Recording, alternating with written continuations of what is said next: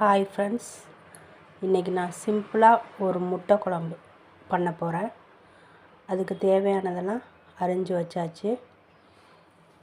2 வெங்காயம், 2 தக்காளி, 6-7 தட்டின பூண்டு, கருவேப்பிலை, கொத்தமல்லி. குழம்புக்கு அரைச்சி ஊற்ற கொஞ்சம் தேங்காய் திருவியாச்சு. தேங்காயில் கொஞ்சோண்டு சோம்பு போட்டு அரைச்சி வச்சுக்கோங்க. குழம்பு சட்டியில் கொஞ்சம் ஆயில் விட்டுக்கோங்க.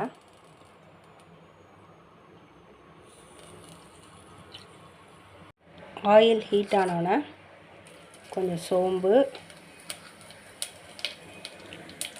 கொஞ்சம் கருவேப்பிலை,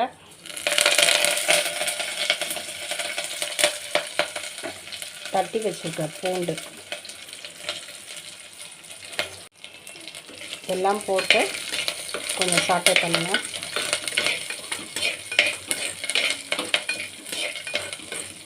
பூண்டு நல்லா வதங்கிடுச்சு.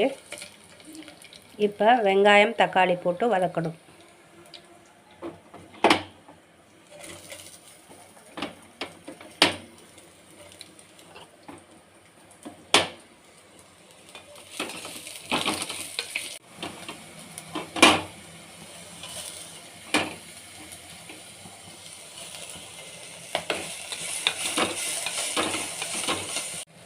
வெங்காயம், தக்காளி வதங்கிட்டு இருக்குது. இப்போ சுவைக்காக கொஞ்சம் இஞ்சி பூண்டு பேஸ்ட் சேர்த்துக்கோங்க.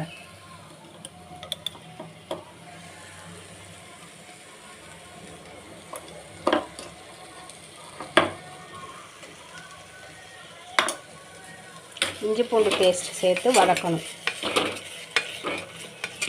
வெங்காயம், தக்காளி, இஞ்சி பூண்டு பேஸ்ட் எல்லாம் நல்லா வதங்கிடுச்சு.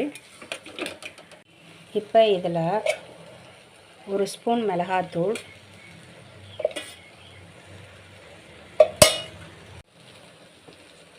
2 ஸ்பூன் மல்லித்தூள்,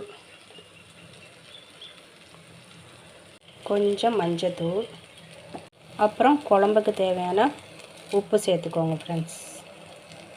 இப்போ எல்லாத்தையும் நல்லா கலந்து விடுங்க, வதக்குங்க. இப்போ நல்லா குழம்புக்கு தேவையான தண்ணியை சேர்த்துருங்க.